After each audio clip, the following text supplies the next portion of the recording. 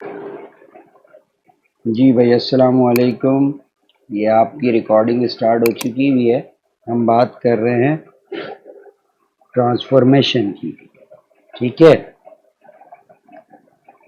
Transformation.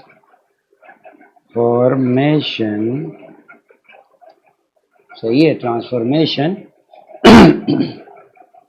In math या mathematics. Transformation mathematics में आपके पास किस किस टाइप्स की हैं तो वो भी देख लें। जी भाई, अब ट्रांसफॉर्मेशन पे आपके पास जो जो टाइप्स की ट्रांसफॉर्मेशन है वो भी मैं आपको बता दूं। नंबर 1 आपके पास आता है,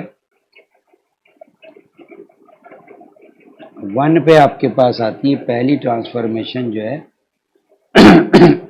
वो मैं लिखवा ही देता हूं। देखो बच्चों, पहली जो ट्रांसफॉर्मेशन में सबसे पहली चीज है वो है रिफ्लेक्शन। क्या चीज? क्या चीज होती है भाई? सारा आवाज आ रही है मेरी? Yes.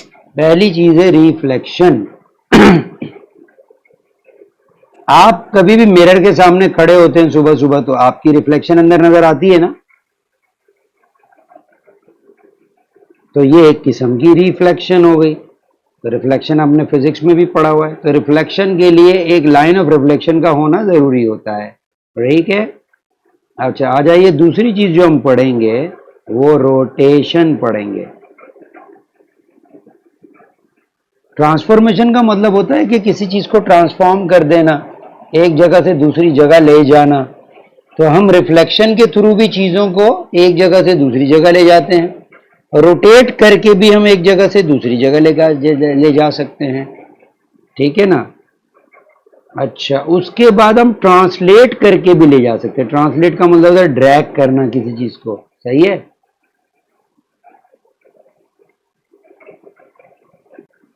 ये हो गया ट्रांसलेट। और आखिर में जो आपके पास टॉपिक है वो है इनलार्जमेंट। ट्रांसलेट का मतलब होता है ड्रैग करना किसी की चीज को, ड्रिफ्ट कर देना, स्लाइड कर देना। इनलार्जमेंट, आपको पता है आप अपने मोबाइल पे अक्सर इनलार्जमेंट कर रहे होते हैं। कोई पिक्चर होती है उसको 2 उंगलियों से जूम कर रहे होते हैं, ऐसे ही है ना? ये इनलार्जमेंट होती है। तो इनलार्जमेंट वैसे ही है जैसा तुमने सिमिलैरिटी पढ़ी थी। तो याद रखो, जब मैं इनलार्जमेंट की बात कर रहा हूं तो तुम समझो वैसा ही है जैसा कि तुमने मैथ्स में सिमिलैरिटी पढ़ी थी। ठीक है ना? अब आइए, सबसे पहले हम जो शुरू करने जा रहे हैं वो है हमारा topic reflection. Number 1 topic reflection.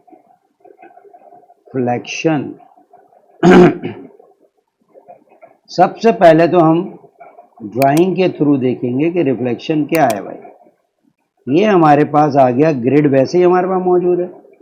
अब हमारे पास X axis, positive X axis, negative X axis, positive Y axis, negative Y axis, ये पहले बना हुआ होगा हमारे पास ग्रिड के ग्राफ पेपर पे या स्क्वायर्ड पेपर पे एग्जाम में।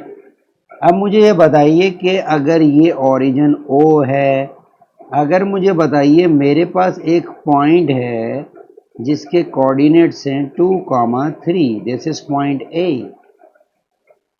बताओ, अगर मैं कहूं कि इस पॉइंट ए को मुझे एक्स एक्सिस के अबाउट रिफ्लेक्ट करना है, तो बताओ ये एक्स एक्सिस के अबाउट रिफ्लेक्ट होने के बाद कहां जाएगा?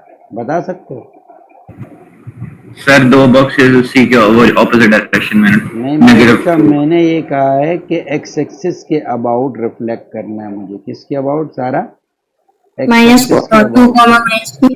हाँ तो बेटा मेरे ये ऊपर के बजाय रिफ्लेक्ट होके अबाउट एक्स एक्सिस नीचे आ जाएगा, है ना, इधर आ जाएगा। ठीक है, जैसे ही ये इधर आएगा हम इसको एक्स ए डैश कह देते हैं। तो ए के जो कोऑर्डिनेट्स थे वो थे आपके पास 2, ये 1 2 है, 2,3। लेकिन जब रिफ्लेक्ट हुआ तो क्या हो गए? 2 कॉमा -3। सही है। ये क्या किया मैंने, ये मैंने क्या बताया, ये मैंने रिफ्लेक्शन अबाउट, बताओ, रिफ्लेक्शन अबाउट, बोलो, X axis. About X axis. और बात सुनो गौर से, जब हम एक्स एक्सिस के अबाउट रिफ्लेक्शन करते हैं तो इसका फाइनल चीजें लिख लो कि ये नंबर 1 हम कर रहे हैं इस वक्त, रिफ्लेक्शन अबाउट एक्स एक्सिस। ठीक है बेटा,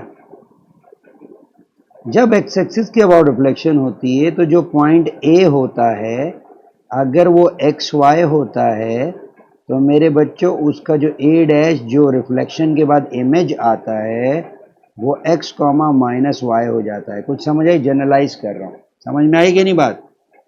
हाँ भाई हरमैन, समझ आई बात? जी सर। सिंपल है ना। अगर कोई पॉइंट x कॉमा वाई होगा तो उसका y वैल्यू का साइन बस चेंज हो जाएगा। समझ में आ गई ये नहीं बात? आई समझ? सारा समझ आई ये बात? मैं आगे बढ़ रहा हूं दूसरी चीज। अब मैं दोबारा आपके लिए बहुत ही पीसेस में लिख रहा हूं। अब मैं लिखूंगा रिफ्लेक्शन अबाउट y एक्सिस, यानी समझो कि y एक्सिस तुम्हारा इस वक्त लाइन ऑफ रिफ्लेक्शन होगा।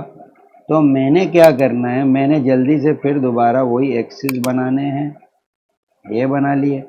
और तुम मुझे कोई भी पॉइंट एक दोगे, सोचो कि तुमने कह दिया सर ये एक पॉइंट 3 है और यहाँ पर एक पॉइंट है 5, 1 2 3 4 5,